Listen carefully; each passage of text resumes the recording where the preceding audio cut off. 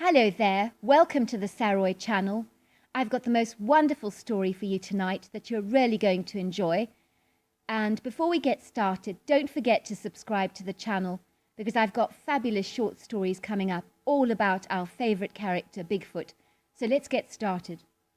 Dear Sarah and all your listeners, I thought you'd be interested to hear a letter that was written to my grandmother from her best friend because it talks about her experiences with Bigfoot.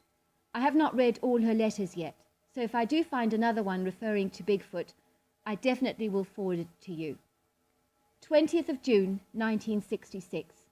Dear Claudia, I miss you so much and wish with every fibre of my being that you had not moved so far away.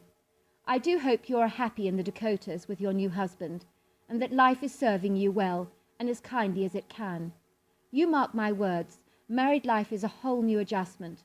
And looking after a man is not always as plain sailing as you would think. Believe me, I know from my own hardened personal experiences. I miss your valuable friendship because loneliness has seeped into my life since you left Tennessee. I spend a great deal of time on my own doing the household chores, making cornbread and bottling jams and preserves. You know, all the usual stuff that managing a home entails. I'm not writing only to tell you of my grief at your departure from Tennessee, but also about an experience I had that I dare not believe was real.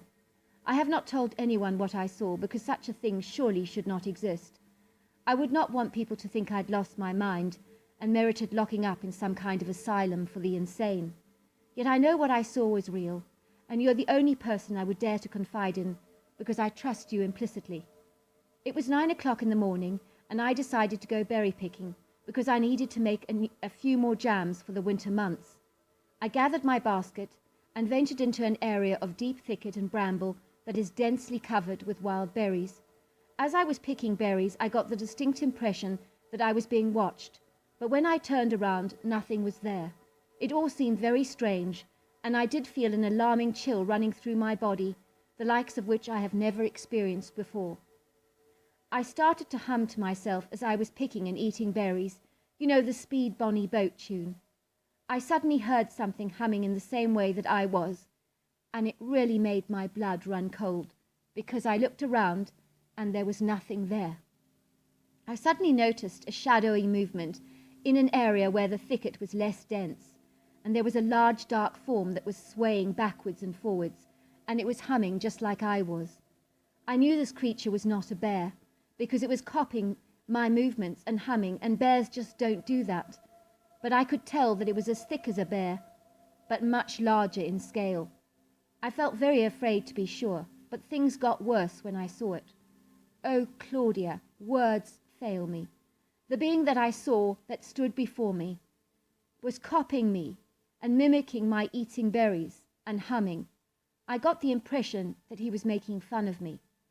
I do not know how to explain this creature to you. He had hair that looked like the black yarn that we use on our gollywog dolls to make their hair.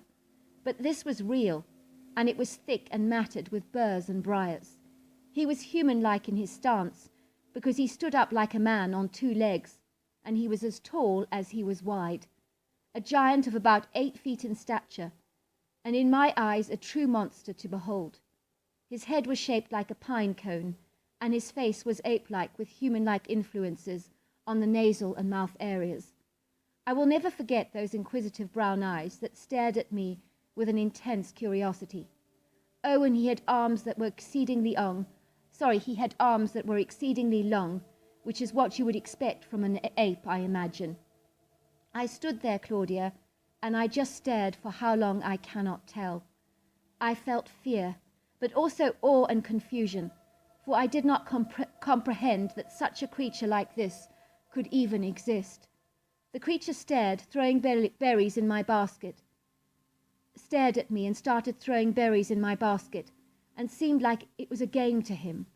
And I pretended not to be afraid, and continued to pick my berries, all the while keeping a guarded peripheral view on the creature. This creature kept copying my every move, Claudia, and I just wanted him to go away so that I could return to the homestead safely.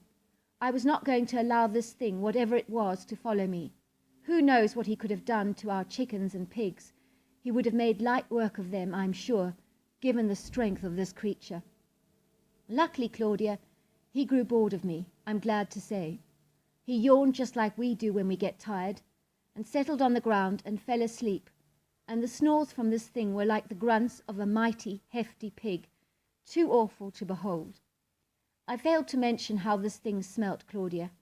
In all my born days, as long as I've walked this earth, even a skunk spray is surely more palatable on the nasal cavity than this sulphurous stench. I really had an intense need to offload the contents of my breakfast, as the nausea I felt was overwhelming. I hasten to add that my breakfast did make a hasty exit from my stomach, of which the contents were sprayed all over the shrubbery, but this only happened after the creature had finally fallen asleep. My regurgitating sounds, I'm glad to say, did not stir the creature from his slumber. It surely looked out for the count, and I took this open door as the perfect opportunity to escape this formidable foe, whatever it was. The next day I knew I had to return to the same spot to retrieve my basket that was half filled with berries. I had left it behind in my eagerness to escape this hairy being. I approached the area with extreme caution and was relieved to see that the creature was not there.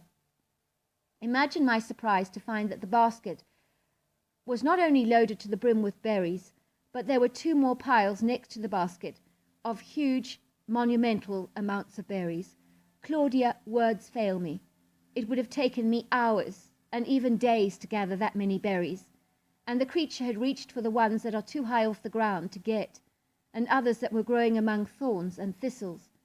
I knew in my heart that the creature had not intended to harm me, and as for the berries being gathered for me in such massive amounts, I was amazed at such a random act of generosity, assuming, of course, that they were for me.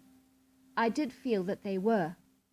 Guilt overcame fear for judging this creature severely by the way he looked, but to survive out here I assume he must be living off the wild creatures to sustain such gargantuan proportions. But I'm glad that he did not see me as a potential meal. I'm still in awe of what I saw that day, and I have not seen him since, but I will surely tell you if I do, and keep you informed about this strange being, the likes of such I cannot fully explain. I know of no scientific reference to such a thing existing in North America or anywhere else for that matter. I have made 500 bottles of jam just from those berries, so I'm indebted to this creature in some way. Maybe it's restitution on his part for making fun of me by copying everything I did. But I found that such behavior is very common among primates. I have no doubt that he has primate genealogy, and that's a given as far as I'm concerned. I must leave my letter now to explore some culinary prowess in the kitchen. I'm making leek and potato soup, roast chicken with roasted vegetables, followed by apple pie and cream. I hope Uncle Franco will appreciate my efforts in making him his firm favorites tonight. I'll be sending you my creamed chicken recipe in due course. Much love and fond regards, Ida Cunningham. Until next time, good night.